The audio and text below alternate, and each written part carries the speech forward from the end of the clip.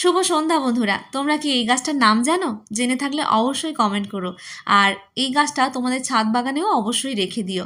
আজকে এরই একটা পাতা আমি কেটে নিলাম চায়ে দেওয়ার জন্য। চাতে দিলে খুব সুন্দর একটা সুগন্ধ হয়, আর এটা ইমিউনিটি বুস্ট করতেও কিন্তু খুব সাহায্য করে।